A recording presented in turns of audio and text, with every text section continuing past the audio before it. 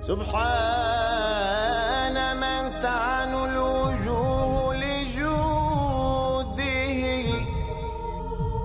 وله سجود أوجه عجباه. سبحان من شهدت بوحدته الورى رب تعالى لا إله سواه.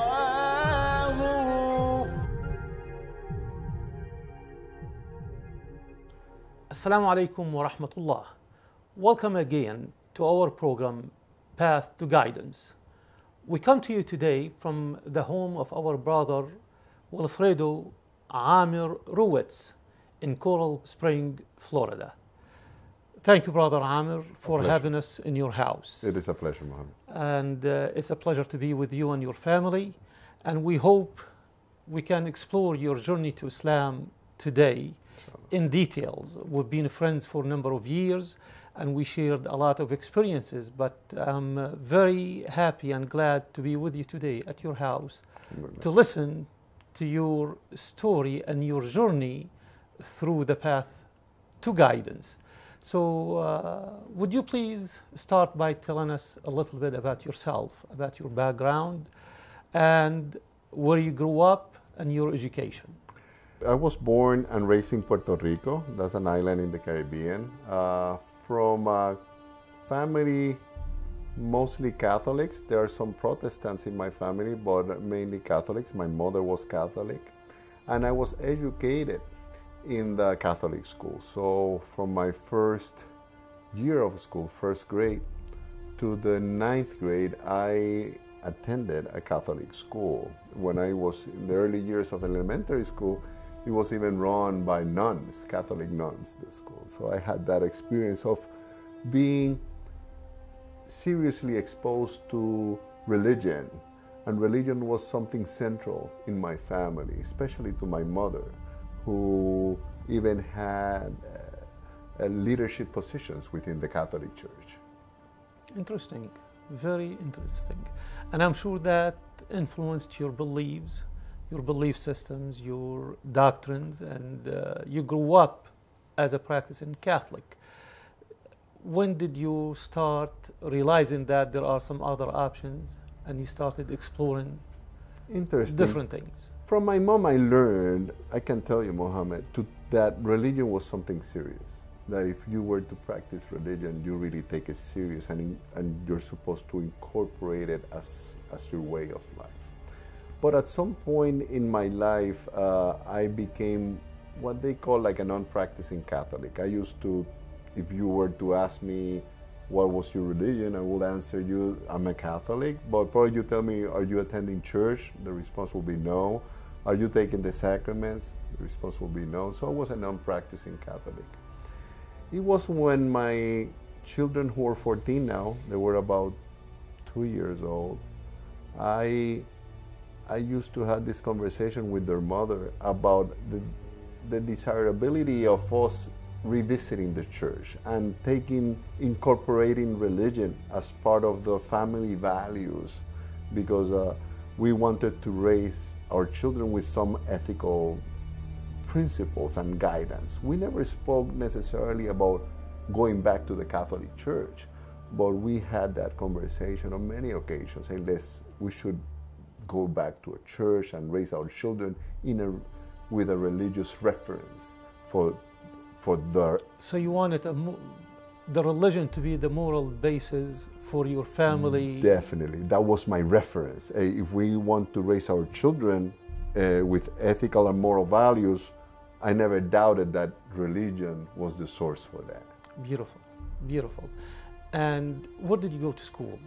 Your education background? I went it's a city in the northwest of Puerto Rico called Aguadilla, and there was a school there, still there. It's called Colegio San Carlos, St. Charles School. It was from elementary to high school. Then high school had another name, Bishop McManus High School. And it was there from the times of my parents. My mother went there to school. It was, and it still is, an institution in my hometown. And it was there that my older brother, myself, and my younger sister went to school. Uninterruptedly, at least until my sister studied there until all the elementary school. I went there elementary up to 9th grade. So it was 9 years of Catholic education in that school that I had. 2 generations of the family at the same school. At the same school. You went to college where? In another city, in college it was split. I started college in the University of Puerto Rico in Mayagüez. Mayagüez is a city in Puerto Rico, in the western part, very close to Aguadilla, probably half-hour drive. And I started studying engineering, but then I changed my major to political science. After I graduated from bachelor's degree in political science, I was interested in becoming a lawyer. So I went to San Juan, the capital of Puerto Rico, to study. I'm a Juris Doctor. That's what I got my Juris Doctor from. I graduated in early 90s, in 1991, from my Juris Doctor. Was admitted to the legal practice in 1992. And soon after, I started working for the Navy in the Judge Advocate General Court. That's the attorney branch of the armed forces in the United States Navy, active duty. I did like 4 years of active duty there. Then came back to my private practice. Beautiful. And during your education life, did you explore the religion aspect of life, or you were, like you said, away from it for a while? Very little, very little. I did study, obviously, religion when you were studying, especially political science, and I was naturally driven to the politics and foreign policy related to the Middle East. The Palestinian-Israeli conflict was something that I have always and still drives my attention to. The politics of the Middle East as a whole and the Islamic world. I was seeing that, but from the political perspective. Never, very little related to what Islam was, the tenets of Islam. I never went there. I just wasn't curious for that. But after, it was not until when I had that conversations I was talking to you about the desirability of raising my children in a religion, then one day I was holding that conversation with the mother of my children. It happens that I was driving next to an Islamic center, recently built in Puerto Rico. It was built next to an expressway. I was on my way to visit my mother to my hometown. And I saw that Islamic center that is like a 3-story, it was a building built as an Islamic center. It's not a building conversion, so it was a mosque.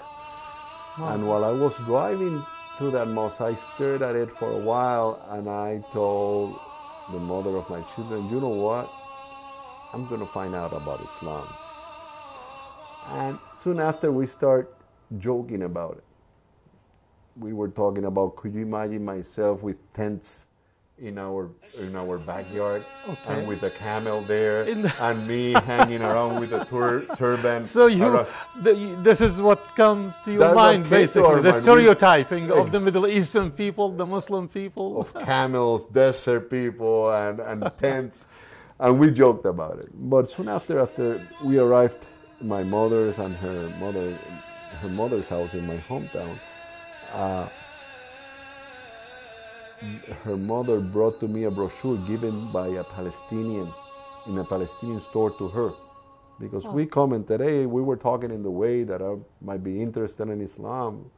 And that lady said, hey, could you hold it a second? I'm going to bring you something. And she brought that brochure that was given to her. So you stumbled on Islam, really? And no, it wasn't a response to anybody talking to me about Islam. It was spontaneous. From looking at that Islamic center, that I said, I want to learn about Islam. When I read that brochure pointed me, because at the end, at the last pages, it had the addresses of the 3 or 4 or 5 Islamic centers, like 4 or 5 Islamic centers that are in Puerto Rico. But I left it there for some days or weeks. And one day I was driving to the court. I had a case that morning. and I was driving next to another Islamic center, just about to take the ramp to the expressway. And I said, I deviated, I took the ramp to the exit of that Islamic center. And I parked the car. I wanted to have a Quran. I didn't have a Quran. When was that? What year exactly? It was by the end of 2002. End of 2002. That was after 2000, after the September 11. September 11. September 11, contrary to some of my friends, didn't have anything, did not raise any curiosity on me about Islam as a faith. I did follow the politics of it because I'm a political science major. The Islamist movements and all that. I went and visited. But as a faith, you didn't? No, didn't. I do have some friends that embrace Islam, not because of September 11, but because September 11 raised a curiosity on Islam, and they went to study Islam, and they found out the truth of Islam. How many of those friends, approximately, of yours? Probably for the Latinos that I know, I would say at least 20% of them, September 11 had something to do with their coming acquainted with Islam. And we need to analyze, since September 11, there has not been a single day that the word Islam or Muslims does not show in the media. Correct. That's true. So up to this day. How did your wife feel? September 11 still fresh in the minds of people, and here my husband is asking me to explore Islam as a religion for our family. It wasn't a part of the conversation, believe it or not. But we focused because at the first, like I told you, it was taken as a joke. But I was serious about it, but we joked about it too. But it was not until that day when I pulled over to the Islamic Center that when I parked, the Imam of the Islamic Center was sitting having a cup of chai or tea with a visitor. And I just walked towards them and I say, hey, I'm on my way to court.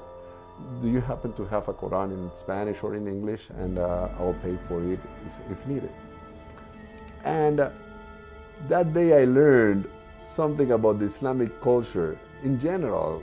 And it's Islamic culture because it has nothing to do with the Arabs or non-Arabs or Indian subcontinent people. No, is that the pace, how the Muslims live, is a different pace of the non-Muslims. Beautiful. I'm going to hold you at this thought. We'll come back to it. We'll be back with you after this segment that we're going to spend with Brother Amr's family here in Coral Spring, Florida. So let me introduce you to our family. She's my wife, Edimar, her son, Kevin. Kevin has an older brother who lives in Colorado. He's in the military. And we live here in Coral Springs. Let Kevin tell us. We moved here a couple years ago. Neither me or my mom were really expecting a move to a different country at all, really. And this is all really just a big surprise. At the moment, still, it's kind of shocking that we're all here as a family, something we didn't have in the past and something we have now, which is a great thing. Yeah, well, I'm a teacher. I'm a high school science teacher, and I was hired by a school, an Islamic school here in Florida, and that's when I moved during that summer, and I started working in August, and which for me is the biggest blessing to be able to be part of the lives of so many Muslim kids, and which are my students. And I embrace every day as a journey, and I get to go to every different country every day because my kids are from Palestine, from Syria, from Egypt, from Pakistan, India, and I get to get in contact with all these cultures at such a close level without intermediaries, that just like there with them and eating their food and sharing their stories and my stories, and it's amazing. It's amazing the experience that you get to share and be part of these families. We have been very fortunate because embracing Islam, being able to serve our community, and the fact that you're so close to the community in an academic environment, surrounded by other teachers, by members of the community who are very well educated in Islamic studies as well. You're in a constant learning process, so you're teaching there, but she's learning there without even wanting to learn. And that's what happens in our community. Whenever same happens when we receive people in care. We serve people of so many ethnicities, of so many parts of the world, that we're in a constant learning process. You help, but you're being helped as well. You teach, but you're already learning.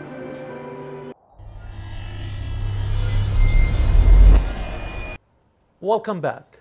We continue our conversation with Brother Amr.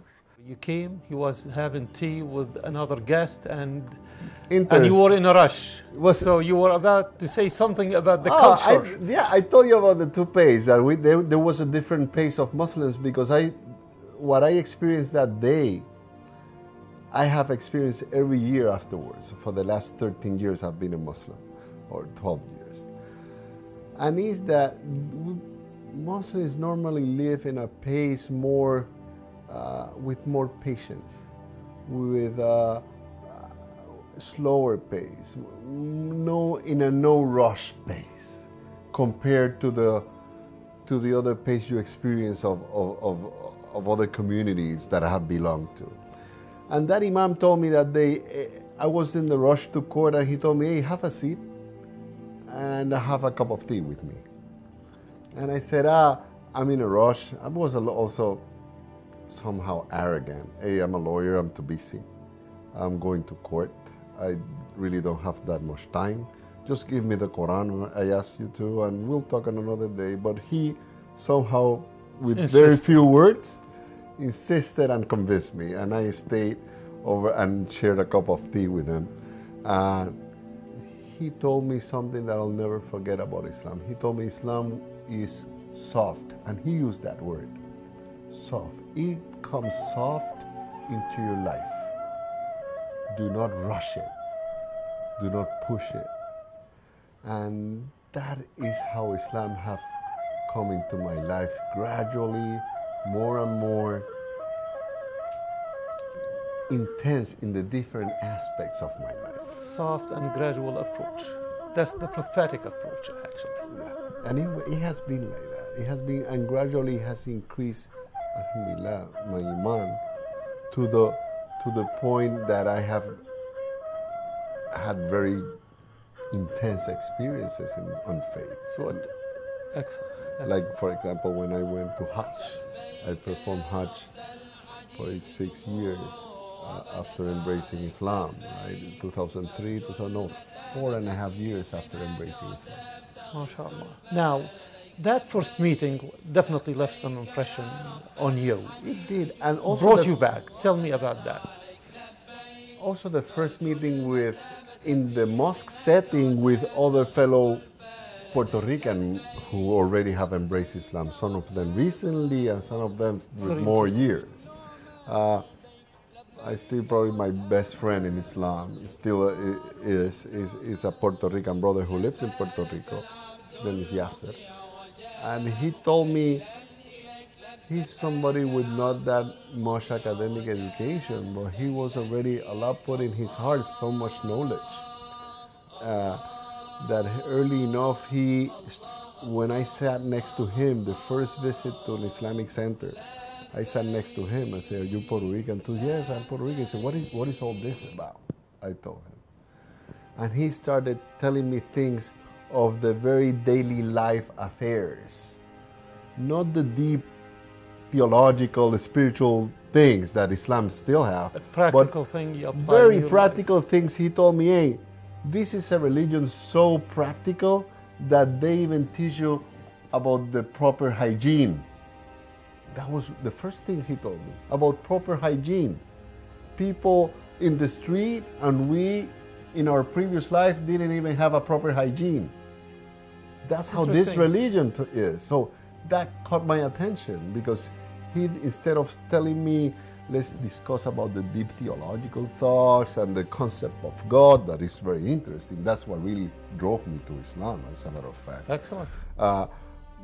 But that first conversation was very casual and say, look, this religion takes care of every aspect of your life, was the main message. It's a way of life, basically. Exactly. But you don't understand it until you start really living Islam. When you say, oh, now I know what it means when they say Islam is a way of life. Because you can say a way of life really not meaning that you incorporate your faith into every aspect of your life, right? True. The fact that you pray every day. The fact that Islam has to be that present in your family life, in the way you treat your mother, in the way you take care of your children. Conduct business and make decisions and how you relate.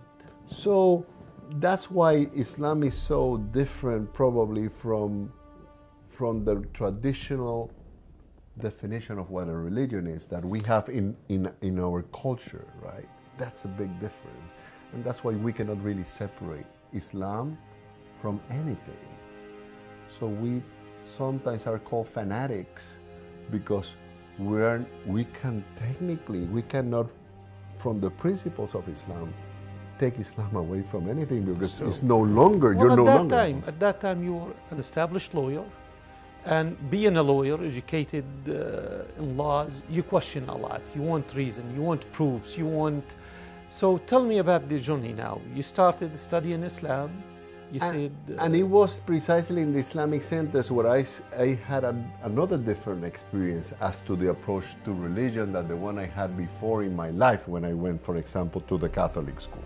Excellent. In there, I felt and I was told that questioning was not only tolerated, but welcome and encouraged. Compared to when I used to question those delicate points about my former religion, Catholicism, in Catholic school, I was even told sometimes, don't go there. An example, an issue. The concept of Trinity, for example, the concept of God in Islam. The concept of God in the Christian faith, we all know is a concept of the Trinity, Father, Son, and the Holy Ghost or Holy Spirit. Right. And when you wanted really to go deep into the discussion onto if God doesn't need of anything, how can you explain me he feels thirst? If God is eternal, why are you telling me that he was born on one day? If God can never die, why are you teaching me that God died 3 days? When you start questioning those things... You questioned that? Oh, I did. I did when I was a Christian. And when I was in school, sometimes I was not only not answered, but disencouraged to question those things. Sometimes they say, questioning, going to that area, it comes from the devil. I was even told that. If you go and you question that, that's messages from the devil. So you were discouraged, basically. To go into areas that there was really not... What was your gut feeling, your own feeling about it? What are your conclusions? When I started going to the Islamic centers, and I felt that questioning was welcome and encouraged, I also start hearing about the concept of God, and if you tell me, Wilfredo, what is it, what clicked, when you clicked into Islam, I tell you when I heard about the concept of God, what we know about Tawheed. Monotheism, true the monotheism, because when I heard God, Allah, subhanahu wa ta'ala, Allah is this is who Allah is, and I start hearing about the concept of God, believe it or not, I was not really listening to something that was new for me. That was something, when I was listening and going to these Islamic classes every other week, every time I heard something about what God is, I say, that's what I have always believed God was. So it was a confirmation for your inner feelings. A confirmation of the natural belief I had on God that I was never taught. It was a natural belief. And later on, we learn in Islam, that's what God puts on your heart. The built-in the Concept. built-in faith, right? And this is so that's what I click. This is what they're describing of God, what God is to Muslims, and as a matter of fact to everybody. But what the Muslim understanding of God is what I have always believed God what was. So nobody needs to convince me of anything as far as who is Allah. Beautiful. We can talk about that a lot, about the doctrines and others. But what we are interested in also, your conversion came right after 9/11, a year almost after 9/11. So you approached your family with that too. Tell me about the reaction of your immediate family, your friends, your neighbors, your colleagues. Interesting because you had all kinds of reaction. The tacit, the non-spoken rejection from some of your circle of friends. They did not openly say, don't like it, don't relate to me, but there's some of the circles of the people in your circle of professionals who naturally drove out of it. Or you also drove out of them. So some of those circles were broken. Some people stayed, like if nothing happened, because true friends will accept you in the good and in the bad. And the true friends noticed this was something good in my life, and they were, and still are, totally acceptable of that. From some family members, there were transition periods. There's an initial period, and I have experienced that in my role as a chaplain. I hear this story every time when people tell me about their own conversion process and how the family, especially the Latino families, have reacted. There was, in most of the families, there's some members who had this initial phase of rejection. They move into, I tolerate, and then they move into a third phase of totally accepting it and being happy about it. Interesting. I experienced that in my family as well, from rejection, questioning, to I'll tolerate it, to my mother. One of the Christmas gifts of my mother after a few years after my conversion was a praying rug. Even though she was a Christmas gift was a Muslim praying rug. That's extremely interesting. And that tells you how the family so from it was a progress. An initial rejection, because imagine she had a son that she educated in a Catholic school, expecting him to be a Catholic boy, and then suddenly she, being herself one of the Catholic leaders of the church with roles in the church, active roles, she, instead of going... She was not the average Christian. Average Christian will go to church once a week. She went to Mass daily, every day. Every day, 7 days a week. Okay. She was a fervent Catholic, a leader. She used to teach about Catholicism, participate in retreats, and led some parts of the Mass. So that was an impact for her. So there was an initial reaction phase, but that phase moved into there's a Christmas gift, and it was a praying run. Total acceptance and happy about that, because they changed. At the workplace, did you? Workplace things changed, right? Especially in the circle of professionals. Traditionally, attorneys, most of my professional class, the outage and fun engagement involve alcoholic drinks, going to bars, so that was naturally incompatible with my new lifestyle. And I did have close relations still have close relations with a lot of them.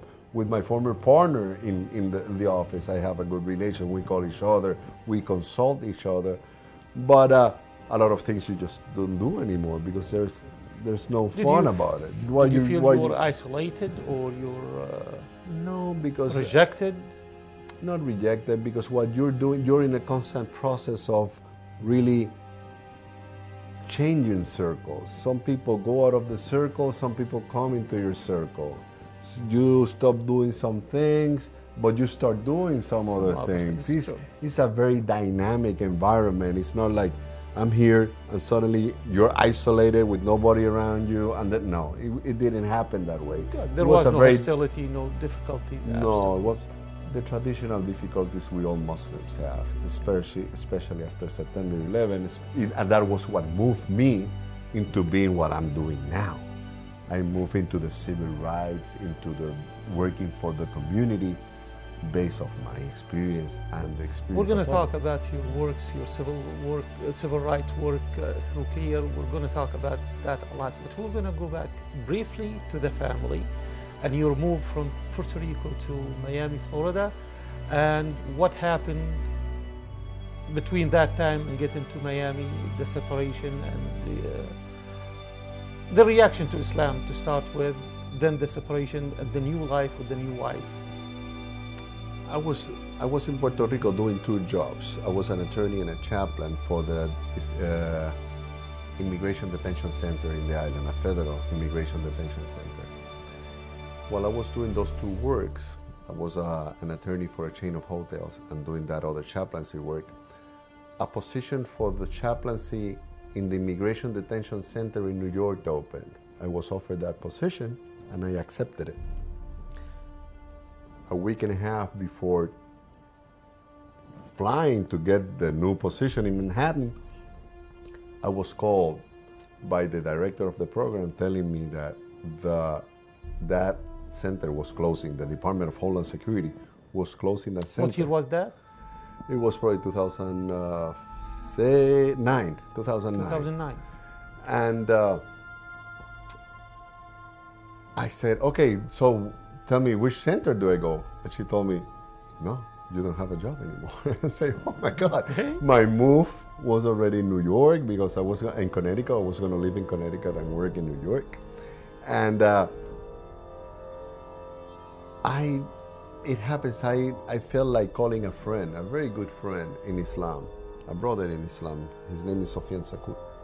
Sofian is the director of the American Muslim Association of North America, and it happened that we met on my efforts to get literature on Islam to Puerto Rico, where it was so scarce.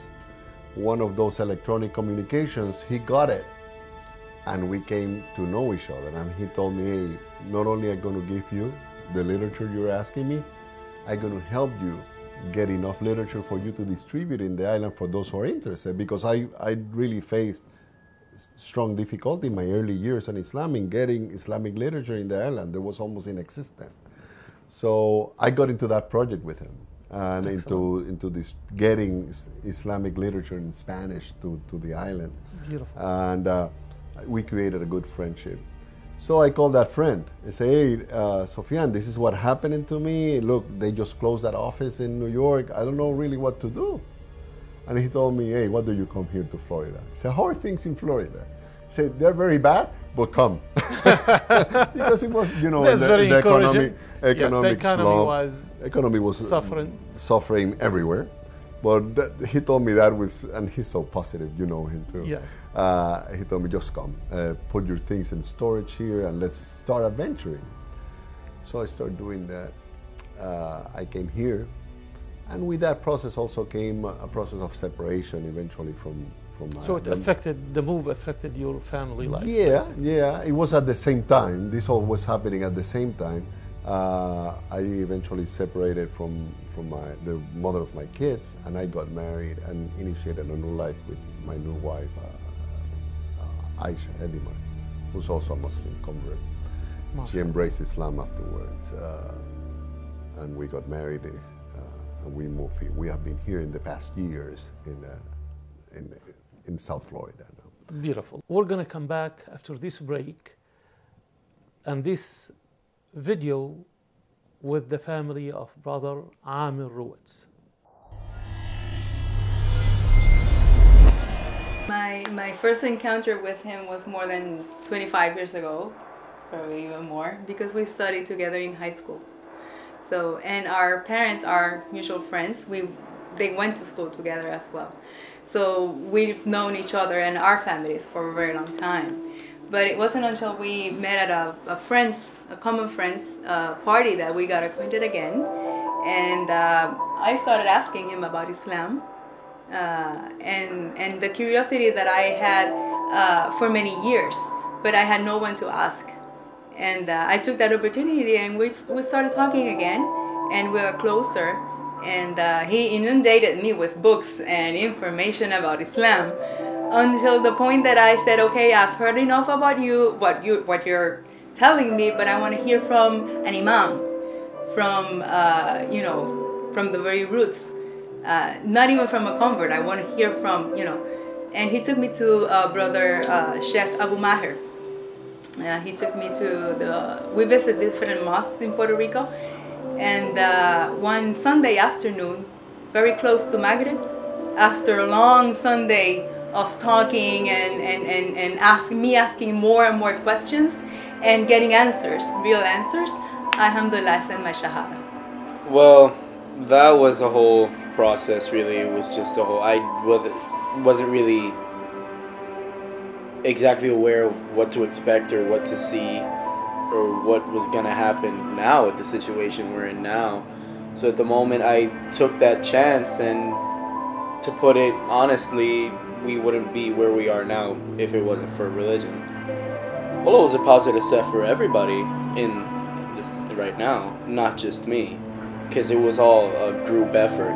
Every time somebody learns that I am a convert, the face, what I receive in return is a big, beautiful smile, and a welcome, warm smile, and some people have even hugged me, as if I said my shahada yesterday.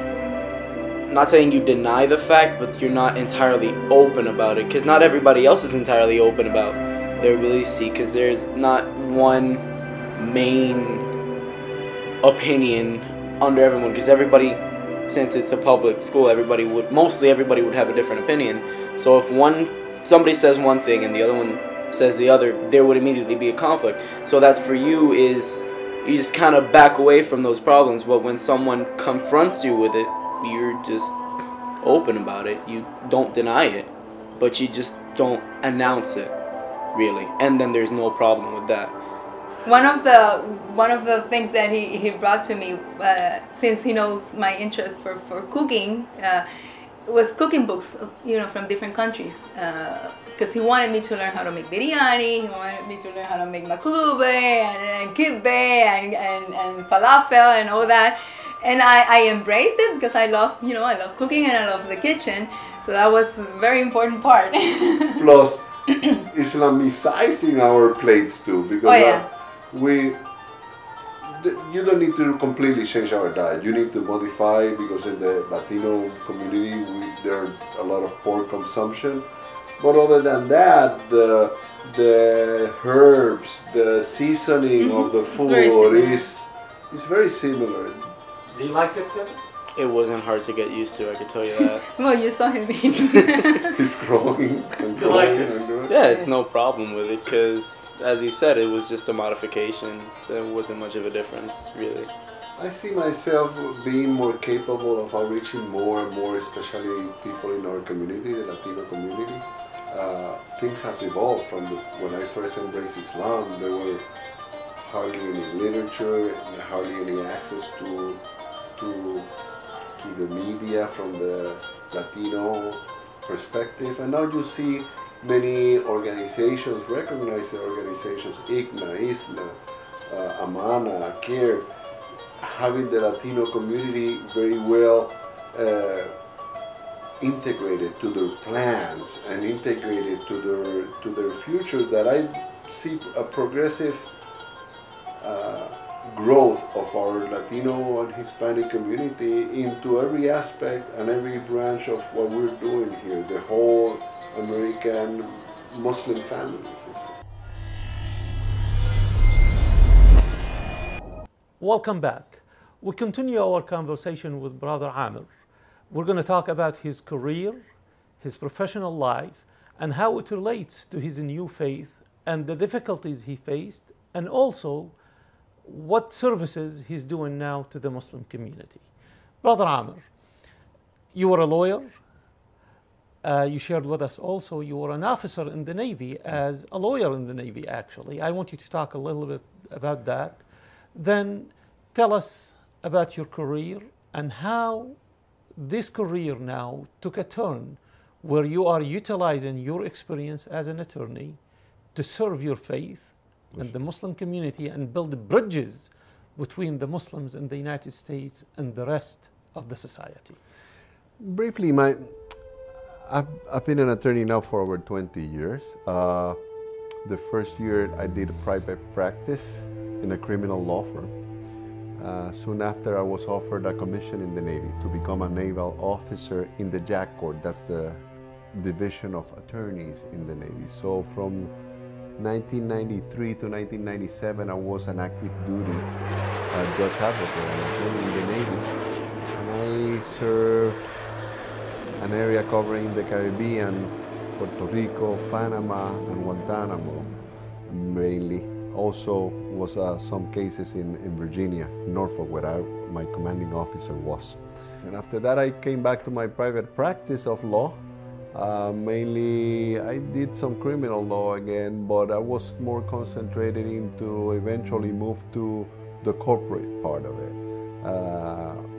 I practiced for the few years, some more years, until eventually in 2003 I embraced Islam. When I embraced Islam, also I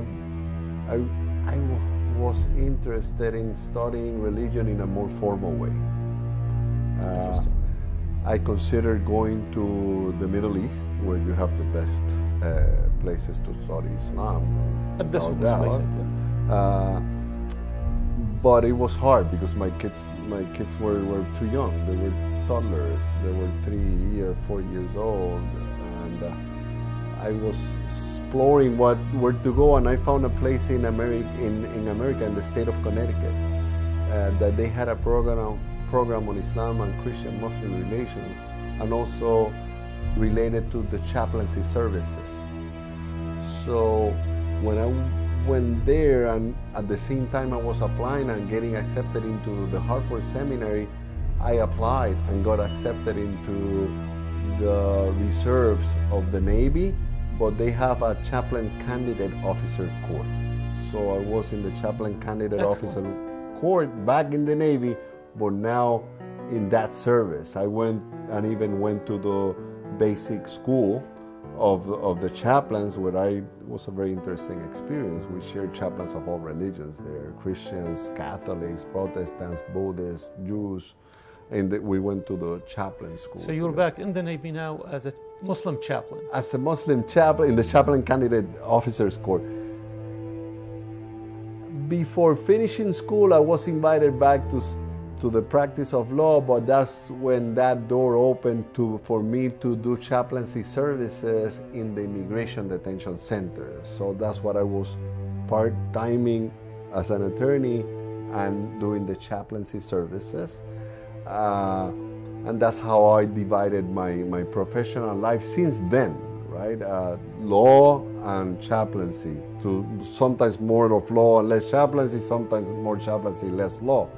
And that also happened here in Florida, where that position that closed in New York, once I was in Florida, the director of the program called me and said, "Where are you? Are you in Florida? We have the position we used to have in New York to direct the religious program of the Immigration Detention Center.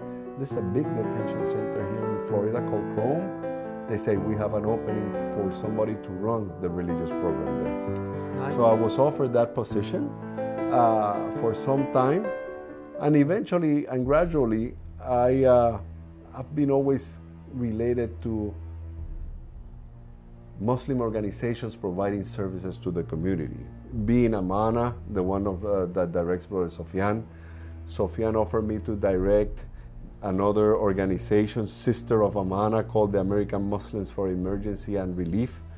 I served some time as an executive director for that organization, and I was getting closer to being serving the community in something that I found they needed a lot of help, especially in the community in South Florida. They had a care office that worked providing... CARE, that's the Council on that's the American Council on Islamic- American Islamic Relations. They had an office that where people were seeking help for the protection of their civil rights, but that office still did not have any attorneys.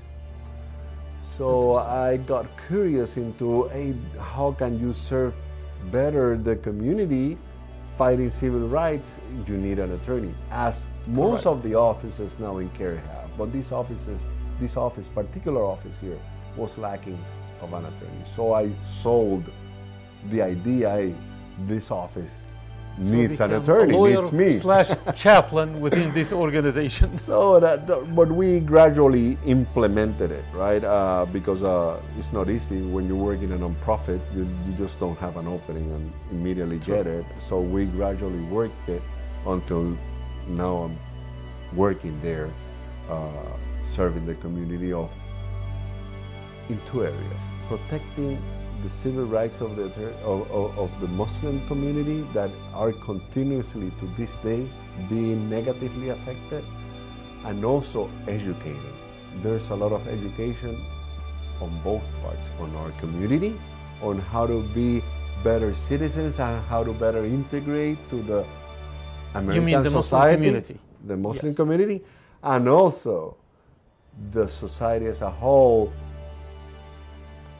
First, accepting that Islam is the fastest growing religion here, that now you need to learn to live with 8, 9, 10 million Muslims that are around you, that your children have other friends going to school who are Muslims, that your co-worker is a Muslim, that your neighbor is a Muslim, that congressmen are Muslims. That is a reality that we need to help the society as a whole accept it and respect it. Embrace it. Absolutely. Embrace it. Let them know that we are part of the greater American society and the greater American dream. So CARE was able to do that. Is able to do that. Work on both. Protect them and educate. Beautiful. Before we break, I want you to touch a little bit about how those Islamic values that relates to human rights from the Islamic perspective and from your previous experiences in education. This country, this nation is a leader in that field, considered. And the human rights and the freedom that we enjoy here really is unparalleled anywhere else. It is. And somehow I, as a Muslim, feel it's 100% Islamic. It is. It is. Tell us, tell the people, tell our viewers, tell the non-Muslims how this stereotyping is not true about Islam. It's about oppressing people, oppressing women, forcing them to believe certain things. The respect of the human rights and human values in Islam compared to the American values. The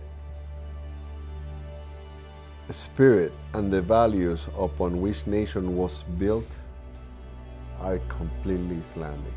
People wanting to have freedom of speech, that's an Islamic value. People wanting to have freedom of religion, that's an Islamic value. People wanting to be respected and treated with dignity, that's an Islamic value. Those values upon which nation this was founded are all Islamic values, not The right to own, the right they're worship. guaranteed in our very own scriptures. In the Quran, they're guaranteed. It's Absolutely. not that, oh, this thing is working, it's beautiful, and that's Islamically. No, we can reference each and every right of our Charter of Rights embedded either in the Constitution or the civil rights movements, and each of one we can visit and evidence them with the Quran or the example of the Prophet that was Muhammad. declared 1400 years ago, actually. It is. And that's why some people, especially for Muslims who that live in Islamic countries, they find hard to understand that in America, you live Islam more Islamically than even in some Islamic countries that unfortunately don't necessarily have the level of tolerance that the Prophet taught us to have for the non-Muslims, or interfaith and intrafaith. That level Interface. That's interfaith, because interesting. I have found in my community a lot of people very open and prone to the interreligious dialogue, but when you ask them to interact with other Muslims that don't necessarily have the same vision of Islam that you have, they are not that open to do it. They're more into the rejection mode, and that is not Islamic. True. That is not Islamic. So that high levels of tolerance and respect, that respect for the different cultures and the ethnicities of people, was something embedded in the very first teachings of Islam. And that's something that we see here. Unfortunately, since September 11, we have gradually lost some of those rights, but America is still a unique place in the world where we can fully live our faith. We need to also ask people to respect our space, but this nation does provide a space for us to fully practice our faith. Nobody else is going to fight for our rights but ourselves, and that's something that's what I'm doing with CARE. But it's unparalleled. I went to Turkey, for example, brother, and Muslim women were not allowed to go into public buildings with their hijab, and that's an Islamic country. Well, we have this right guaranteed for where us. Nobody can mess with the hijab. They mess, but you can fight for it with the law in your hand, saying, hey, you didn't allow the sister to go there with hijab, but you are acting against our laws. And you can fight for that sister's right with your laws. It's not the laws that discriminate against the sister. Yeah. That's why you need to go, and like the director of CARE here in South Florida teaches when he goes and gives the classes of Know Your Rights. He tells the members of our community, your civil rights is like going to the grocery store. All our rights are there, but if you don't go and grab them and embrace them, you don't have them. That's our nation provides for our faith to be fully protected in a way that where we can fully exercise it. Beautiful. And that's something unique that we don't find it. That's beautiful. The work you're doing is great. And we're going to break now and go to watch our brother Amr at work with CARE, the Council on American Islamic Relations, and the things he does at the office and outside of the office to help the Muslim community in particular and the whole community in general. So stay with us. From some years ago, probably 5-6 years ago, or even 7 years ago, I got pretty much involved with Muslim organizations serving our community. The first organization I started to work with was the American Muslim Association of North America. Their main focus was more in the educational branch of the services provided to the community. Not only assisting our community to have better access to Islamic education, but also facilitating to the rest of the society getting educated on what Islam and Muslims are. So that was what moved, I still moves that organization that I still work on a voluntary basis with them. And it has served very well our society. But probably following my work and my academic preparation and experience of 20 plus years of being an attorney, I was driven towards serving as an attorney to our community, and CARE did have the structure in place to serve the Muslim community. CARE has over 30 offices or chapters throughout America and in Canada, and they're directly serving the community, fighting for the civil rights of Muslims in the job place, while traveling, while being investigated, while being prosecuted, but while being stereotyped by the government or by other social institutions or by individuals. Being more politically active as well, right? We have a lot more to say in the political arena. Our main office is in DC. Obviously, that by itself is making a statement to the government and social institutions. Our central office is in the center of power of this nation. That's why our central office is in DC, to make that political statement and to have a ready access to the main institutions of what runs this country. It could be the Congress, it could be the executive power, the judicial power, the many agencies they all have that serve the nation do have their central office in DC, and that's why CARE also wanted to have that projection there. In our fight to guarantee the civil rights of Muslims, it's very inspiring because after all, we find ourselves fighting not only for our community, but also for all kinds of minorities. The Hispanic community that I'm also a part of, the religious minorities, not only the Muslims, because there are other religious minorities that are very well discriminated in America as well. So when we engage in a fight for the rights of Muslims to be able to practice freely their religion in prison, the Jehovah's Witnesses are benefiting from that. Those Mormons that are in prison benefit from that. The Jews that are in prison also benefit from that. Because if we're fighting the legal system or the Bureau of Prisons to guarantee that Muslims receive halal diets, that will benefit the Jews to receive kosher diets as well. So in that sense, we find our work and efforts to be very beneficial, not because we're benefiting the others, and our Prophet said that the best of you are those who are the best on benefiting the others in your community, notwithstanding if they were Muslims or not, but also because we are seeing our job as attorneys becoming useful for us, for the whole society.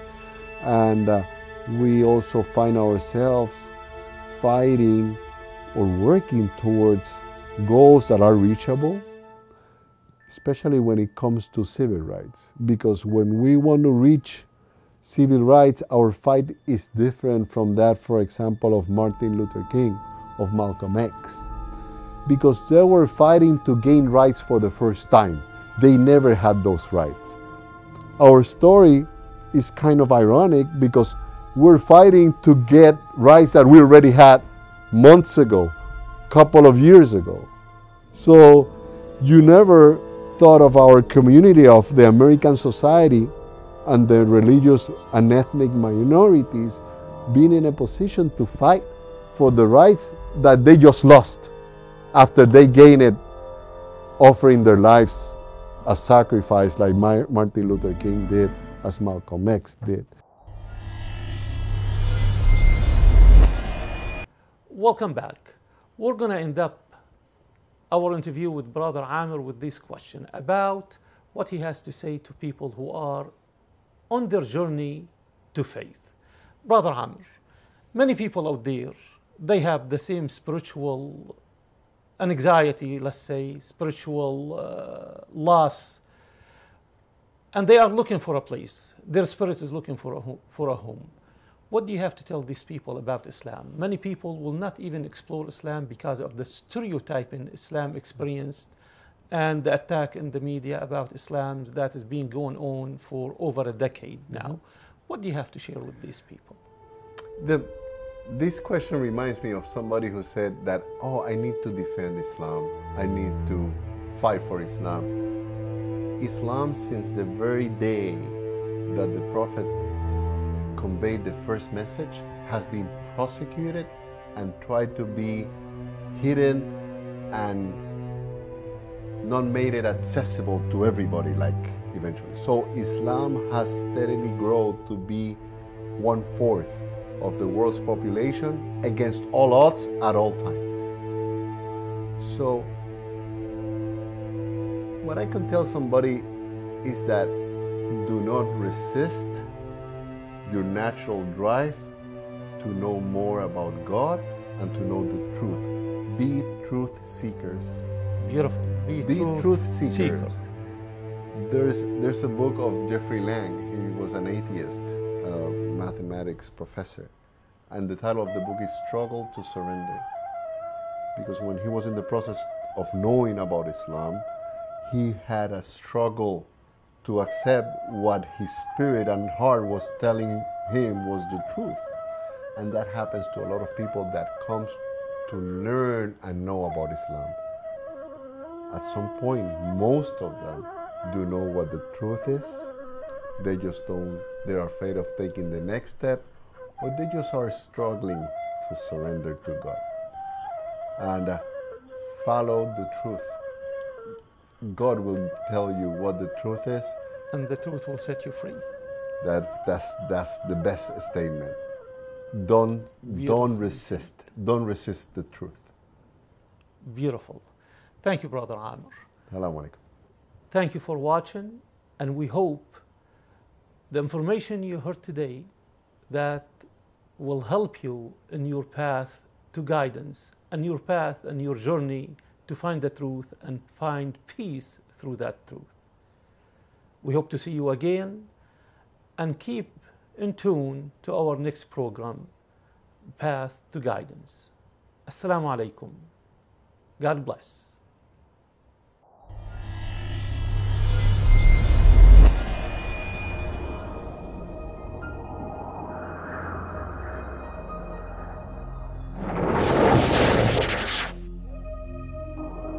سبحان